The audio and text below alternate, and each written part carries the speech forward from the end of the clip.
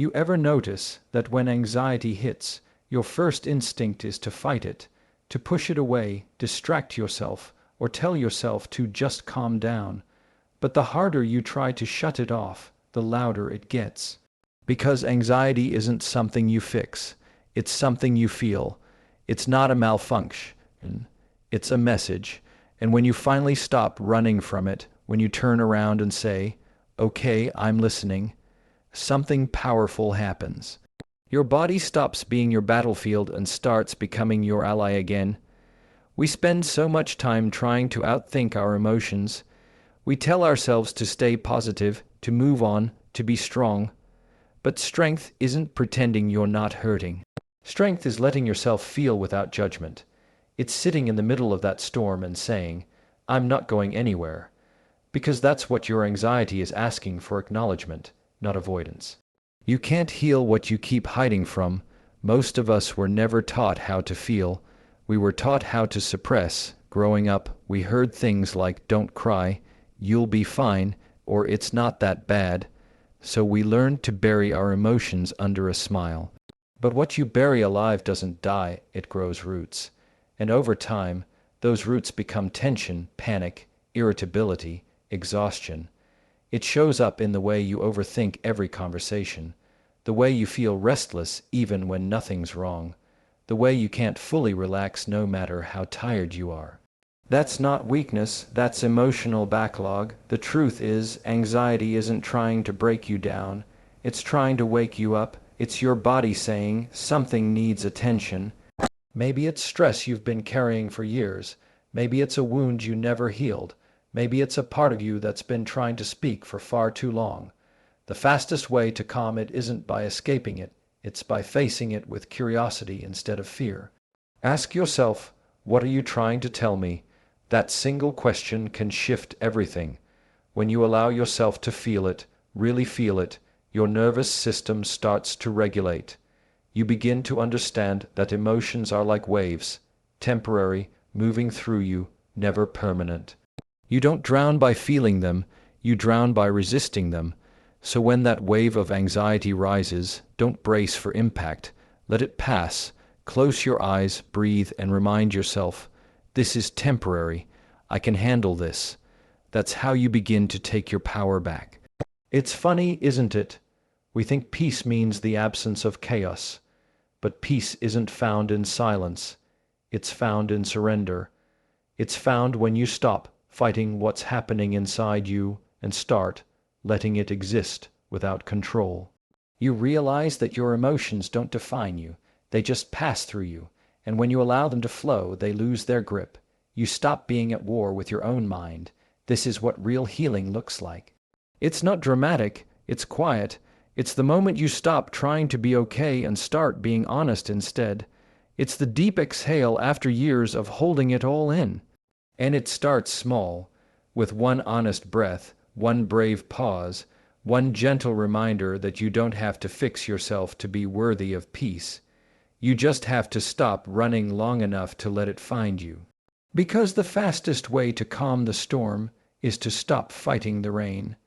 When anxiety hits, it often feels like a tangled mess in your mind, 1,000 thoughts running in circles, each one louder than the last. You can't find peace because you don't even know where to start. That's when labeling what you feel becomes powerful. Because when you give something a name, you take away its ability to control you. You shift from being in the emotion to being aware of it, and awareness changes everything. Think about it. When you're in the dark, every shadow looks like a threat. But the second you turn on a light, you realize it's just a chair or a jacket hanging on the door. That's what happens when you label your emotions. You turn the light on in your mind. Anxiety isn't some monster chasing you anymore. It's simply a signal that says, "I'm afraid," or "I feel uncertain." The more specific you can be with your feelings, the less power they have over you. We spend a lot of energy trying to solve emotions before we even understand them. We try to fix, suppress, or escape something we haven't taken time to name. But when you pause and say, "Okay, I feel anxious," your brain registers that you're paying attention. And once your brain feels seen, It stops panicking, because what it really wants isn't reassurance. It wants recognition. It wants to know that you're listening. This is where emotional intelligence begins, not in trying to control how you feel, but in acknowledging that you do feel. The moment you label an emotion, you separate yourself from it. You're no longer drowning in the water, you're watching the waves. I feel sad. I feel nervous. I feel angry. Each phrase becomes a lifeline that grounds you in awareness. You're telling your mind, I see what's happening, and I'm still in charge. The beauty of naming emotions is that it doesn't require perfection. You don't have to get it exactly right. You just have to start. You might say, I feel off, or something feels heavy. Even that small acknowledgement begins to release the tension in your body, because emotions don't demand resolution. They demand recognition. Once they're recognized, they soften. And here's something most people miss. You can feel multiple things at once. You can be grateful and still anxious. You can be excited and still afraid. Naming doesn't simplify the complexity of being human. It gives you permission to experience it without shame. It reminds you that your feelings are temporary visitors, not permanent residents. Sometimes when you're overwhelmed, saying your feelings out loud can be enough to break their hold. I'm scared. I feel uncertain. I don't know what's going to happen. That honesty opens space between you and the emotion. You realize, I'm not my anxiety. I'm the one noticing it. And that shift in identity, from being the emotion to observing it, is what brings calm. You don't have to force the feeling to leave. It leaves when it's been seen. It's not weakness to admit what you feel, it's strength. It means you've chosen self-awareness over self-avoidance. It means you've stopped pretending to be okay and started understanding yourself instead. And that's how healing begins, not by fighting your emotions, but by learning their language. So the next time your mind feels heavy and you can't quite catch your breath, pause. Don't rush to fix it. Just say the words, this is anxiety, this is stress, this is fear, and watch what happens. Your body exhales, your chest loosens, your brain begins to trust that you're safe, because finally, someone's paying attention. You. That's the power of naming what you feel. It doesn't erase the emotion, it disarms it. It's crazy how often we underestimate something as simple as breathing. We do it all day, every day, and yet we rarely do it with intention. When anxiety hits, your breath becomes shallow, your chest tightens, and before you know it, your body is convinced you're in danger. That's because your breath and your brain are in constant conversation. When your breathing speeds up, your brain hears something's wrong. But when you slow your breath down, your brain hears, I'm safe. That's how powerful it is. Calm isn't just emotional, it's chemical. We tend to think we need to think our way out of anxiety, but the truth is, the mind can't fix what the body is fueling. When you're stressed, your body releases adrenaline and cortisol. Your heart rate spikes, your muscles tense up, and your body gets ready for survival. That's why logic doesn't work in those moments. You can't reason with your mind while your body is still screaming, run. The fastest way out of that spiral isn't through your thoughts, it's through your breath. Try this. Inhale slowly through your nose for 4 seconds, then exhale gently through your mouth for 6. Feel your shoulders drop. Feel your stomach soften. Do it again and again until you can literally feel your body begin to unclench. This isn't some spiritual trick, it's neuroscience. That slow exhale activates your parasympathetic nervous system, the part of your body responsible for rest and recovery. It tells every cell you're safe. You can relax now.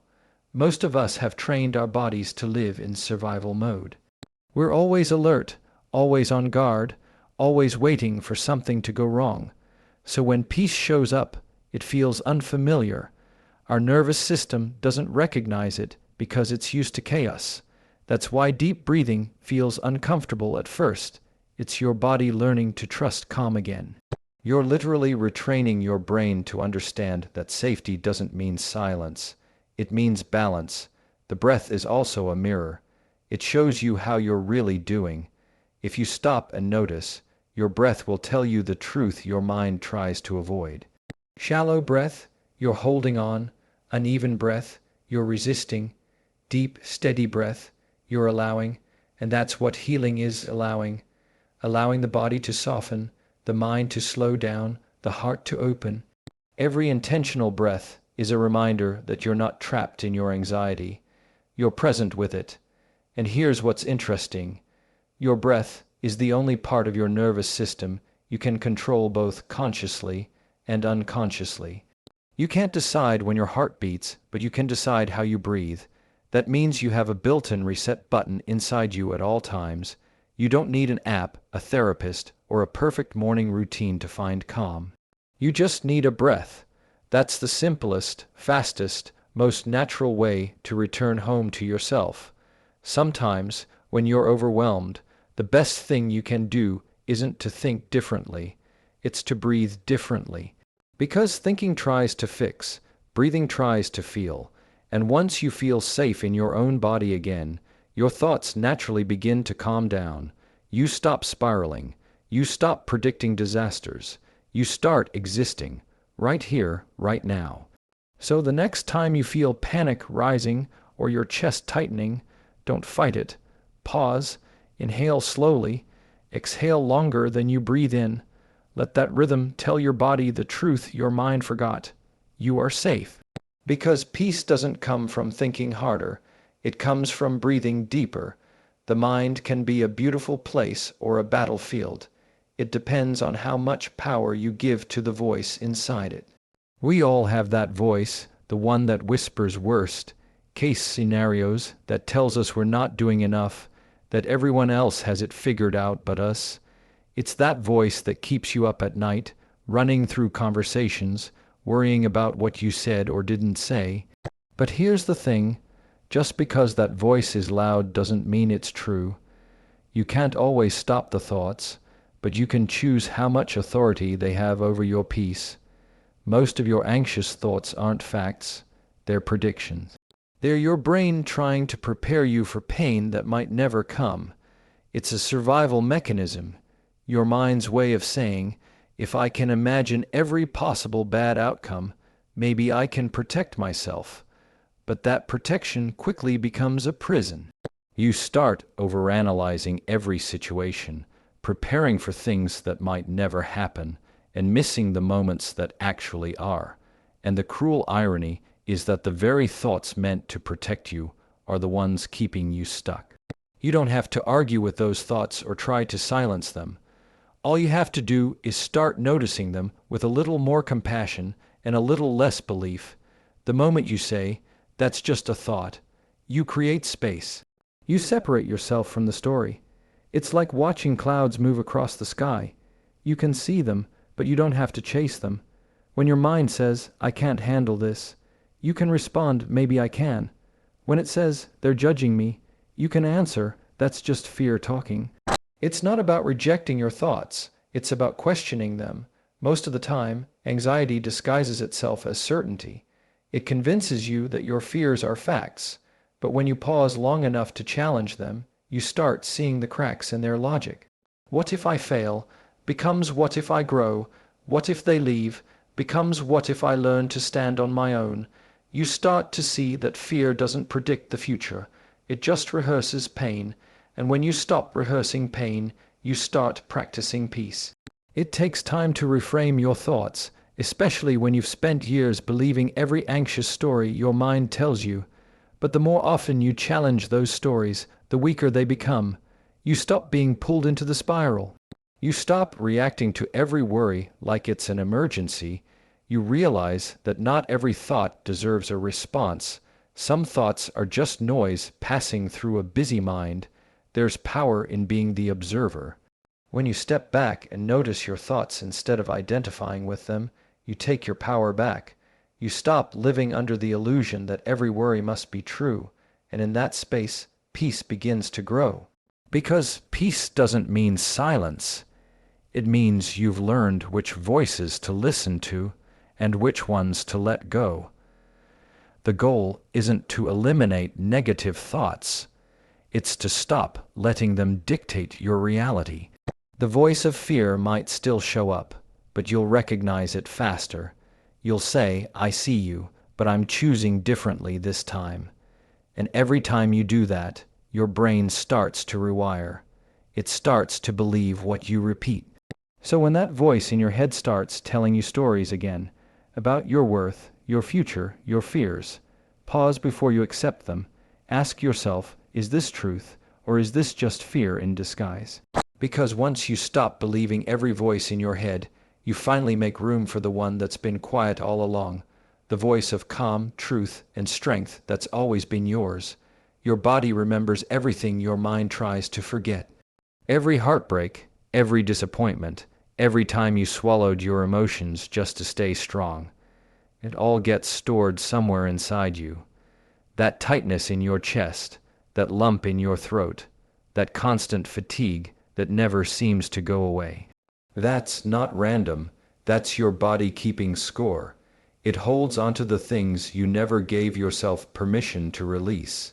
And eventually, what doesn't get expressed gets trapped. That's why sometimes you can't explain why you feel heavy. You're carrying emotions that were never meant to be carried this long. We often think healing happens in the mind, but it starts in the body. You can't think your way out of pain that's living in your muscles, your breath, your posture. When you've been holding tension for years, when you've learned to clench through every hardship, your body adapts. It learns to live in survival mode.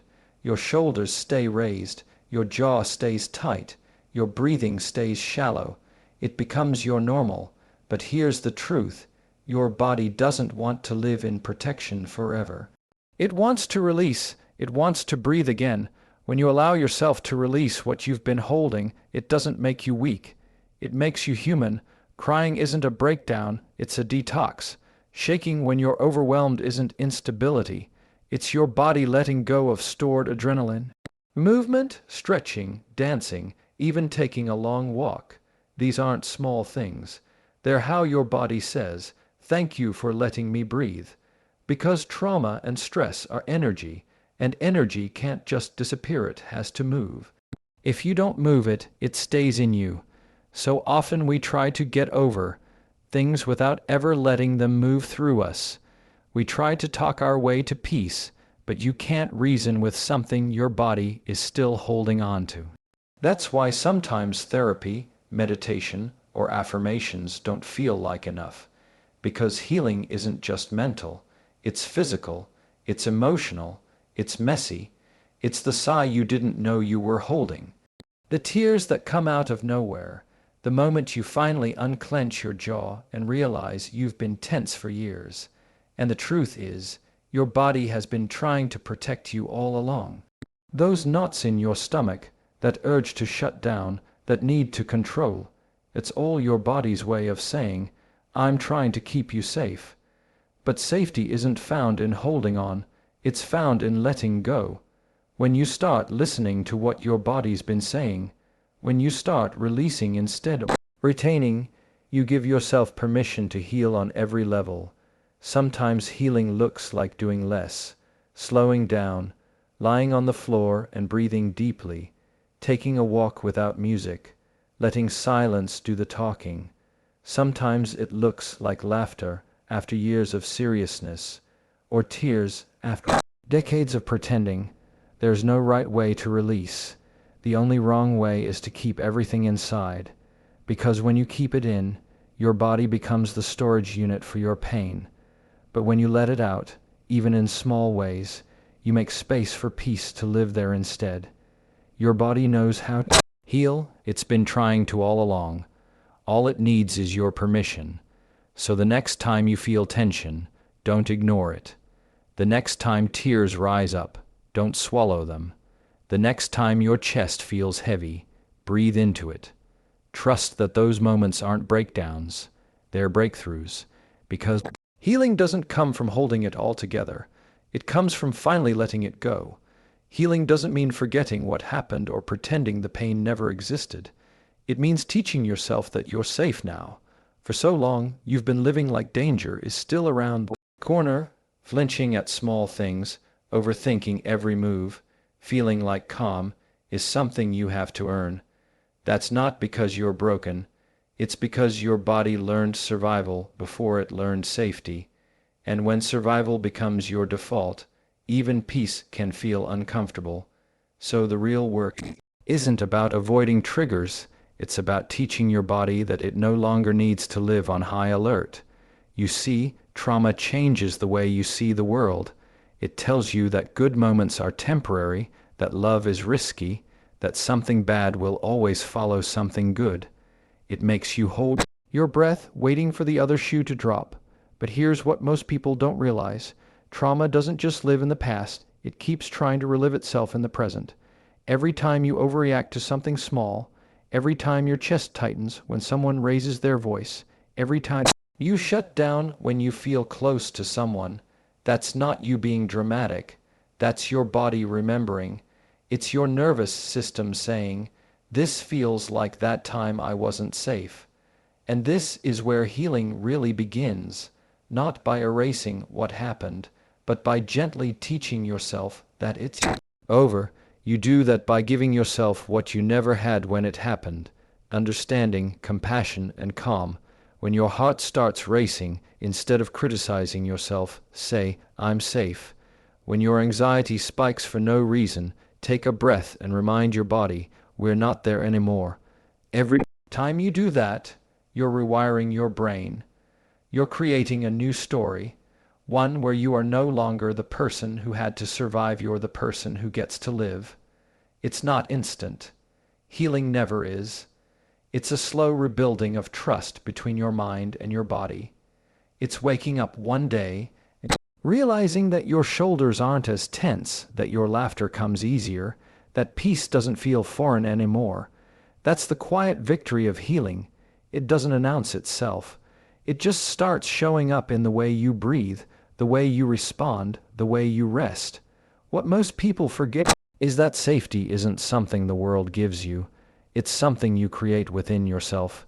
You create it by keeping promises to yourself, by setting boundaries, by saying no without guilt, by resting without apology. You create it every time you choose calm instead of chaos, every time you meet yourself with grace instead of judgment. That's what rewires your nervous system. It learns through consistency, not perfection. It learns through gentleness, not force. You'll notice that as you start building this sense of safety, old wounds lose their grip. The same situations that used to send you spiraling won't hit as hard anymore. The triggers will still show up, but your response will be different. You won't need to run. You won't need to freeze. You'll just breathe, observe, and remind yourself, "I'm okay." That's what freedom feels like. Not that pain never comes back, but that it no longer owns you when it does. You deserve to live a life that isn't built around avoiding pain, but built around embracing peace. You deserve to feel safe in your own body, in your own mind, and in your own story. Healing isn't about becoming someone new. It's about remembering who you were before. The world taught you to fear yourself, because true healing begins the moment you stop surviving and start feeling safe enough to live again.